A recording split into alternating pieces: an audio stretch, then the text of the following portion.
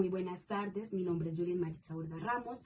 El tema que me correspondió de exposición fue la prueba causal. Entonces, para iniciar, yo quiero contextualizarlos dándole una definición de en sí qué significado tiene la palabra prueba y la palabra causal. Entonces, para iniciar, la palabra prueba en sentido etimológicamente proviene del término latín probatio probatius, la cual tiene como finalidad verificar o demostrar la autenticidad de alguna cosa.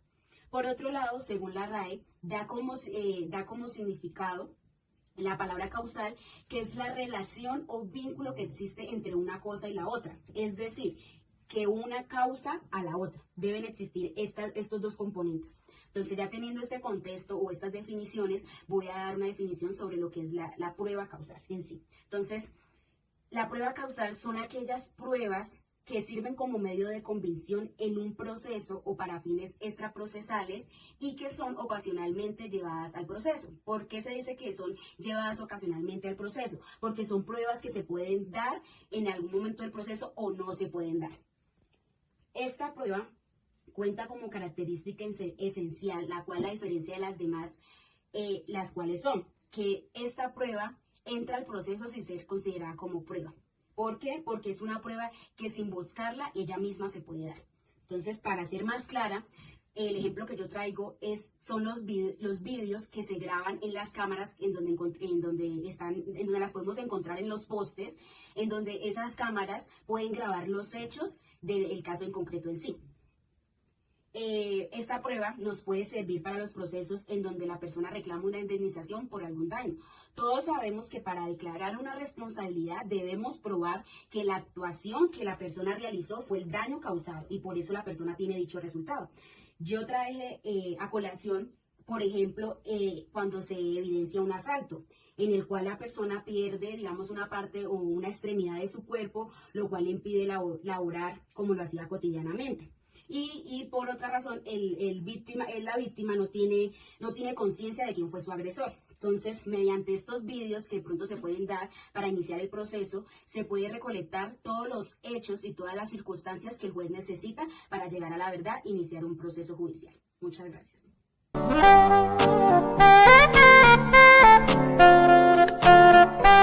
Buenas tardes, el tema que me corresponde es la prueba preconstituida. La prueba preconstituida es aquella que existe desde antes de iniciarse el proceso. Es aquella que tiene la finalidad de demostrar la existencia de un acto o un negocio jurídico. Además, esta prueba se crea sin la intención de iniciar un futuro proceso. El documento es por excelencia la forma de preconstituir una prueba. Un ejemplo de ello es una letra de cambio. Esta se crea como una garantía de pago y cuando se incumple ese pago, se inicia un proceso. Esa letra de cambio sería una prueba preconstituida porque se dio antes de iniciar el proceso y sirve para demostrar un negocio jurídico. La prueba preconstituida debe cumplir con dos presupuestos. El primer presupuesto es el presupuesto objetivo, que es que se garantice el derecho de contradicción, y el segundo es el presupuesto subjetivo, que es que se debe presentar ante el juez. También encontramos que el señor Luis Bernardo Ruiz Jaramillo considera que la prueba preconstituida es un convenio entre personas de carácter extraprocesal. Este convenio consiste en crear un documento de los hechos que pueden resultar de un acto o un negocio jurídico. Este documento lo que hace es asegurar la memoria de los hechos que pueden interesar a futuro. Es decir, la prueba preconstituida demuestra la existencia de un acto o un negocio jurídico antes de que se inicie el proceso.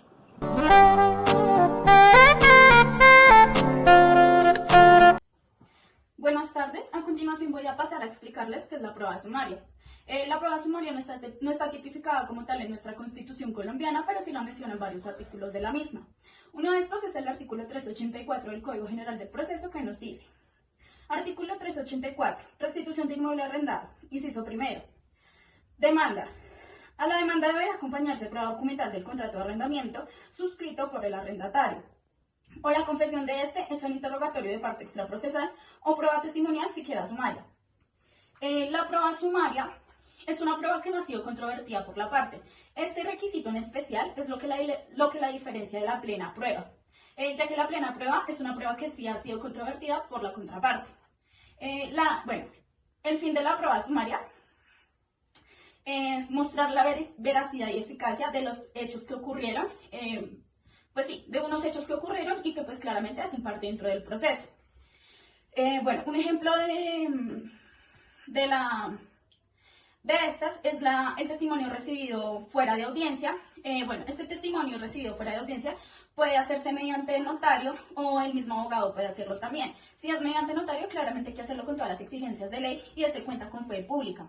Y si el abogado quiere hacerlo por su parte, debe hacerlo en su oficina de abogado y pues la parte que va a rendir testimonio debe tener veracidad y eficacia en los hechos que va a narrar. Claramente estos cuentan con todas las exigencias de la ley, que como en este caso tiene que ser el artículo 221, que debe contar con generales de ley, y estos cuentan con gravedad de juramento. Como tal, esta es la prueba sumaria, como ya se dijo, una prueba que no ha sido controvertida por las partes. Luego de esto, se aportarán este testimonio rendido como ejemplo que pusimos dentro del proceso y así el proceso seguirá su curso. Gracias.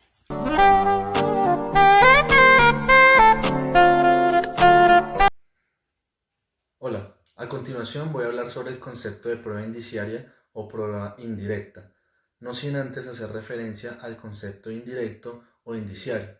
Cuando hablamos del concepto indirecto, hacemos referencia a ese adjetivo que marca determinado camino, pero que toma ciertas desviaciones, a veces innecesarias, para poder llegar al determinado objetivo o camino al que se quiere llegar. Del latín indirectus indica rodeos antes de dirigirse a lo que realmente importa. Cuando hablamos del concepto indiciario, hacemos referencia a ese signo de relación que hay en la contigüidad de ciertos hechos que nos van a dirigir hacia determinado hecho o acto. Hace referencia a esa serie de conceptos que nos dirigen a esclarecer determinado hecho. Una vez explicado el concepto de indiciario e indirecto, hacemos referencia al concepto de prueba indirecta o prueba indiciaria. Cuando hablamos de prueba indirecta, hacemos referencia a aquella prueba que permite al juez dar por acreditados unos hechos a pesar de no existir una prueba directa. Es decir, que una vez probados estos hechos, mediante el razonamiento y la experiencia del juez, se va a poder permitir incluir esto como una prueba indirecta que nos va a permitir esclarecer determinados hechos o actos sobre los que recaiga el proceso judicial. Cuando hacemos referencia al concepto de prueba indiciaria, este consiste en la apreciación de la realidad de los hechos por la convicción que resulta de determinados indicios. Es decir, la contigüidad de estos indicios o de estos hechos pues nos va a permitir llegar finalmente a determinar mediante el raciocinio del juez y la experiencia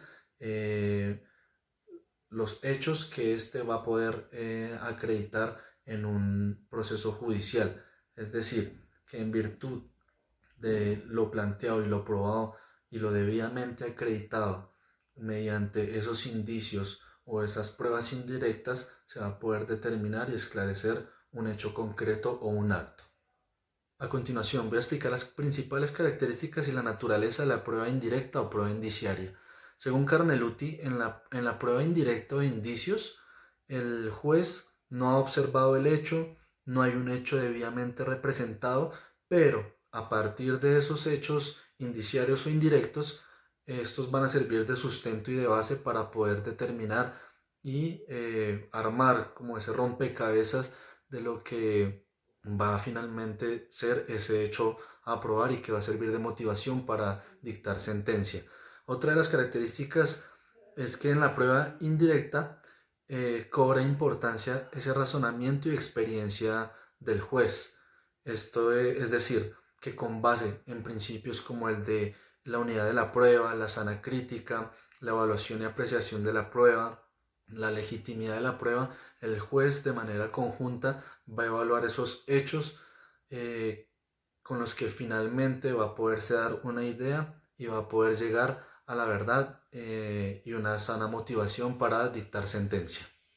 Otra de las características y naturaleza de la prueba indirecta o prueba indiciaria es que, según el profesor Jaime Guasp de Derecho Procesal Español, dice que este tipo de prueba recae sobre actos y sobre hechos, no sobre personas o sobre cosas.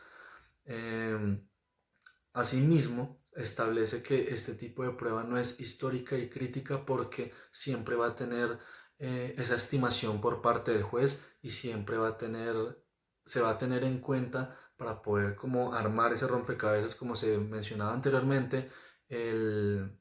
Va a cobrar importancia el raciocinio del juez y la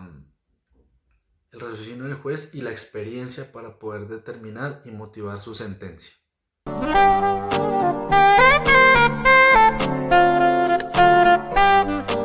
Buenas tardes, compañeros. El día de hoy les voy a hablar sobre la clasificación y los elementos de la prueba indirecta o indiciaria. Bueno, la clasificación se divide en dos: contingentes y necesarias. La contingente es el hecho demostrado que puede tener varias causas y se divide en tres. Puede ser grave, leve o levísimo. Cuando hablamos de la grave, es el hecho que se perfila más probable.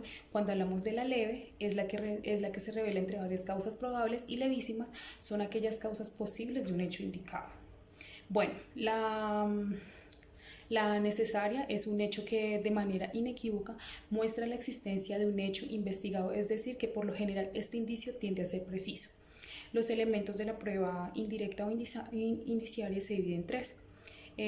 Bueno, puede ser un hecho que indica, también puede ser un hecho desconocido que se busca, o puede ser una inferencia lógica en relación de causalidad entre lo conocido y lo desconocido.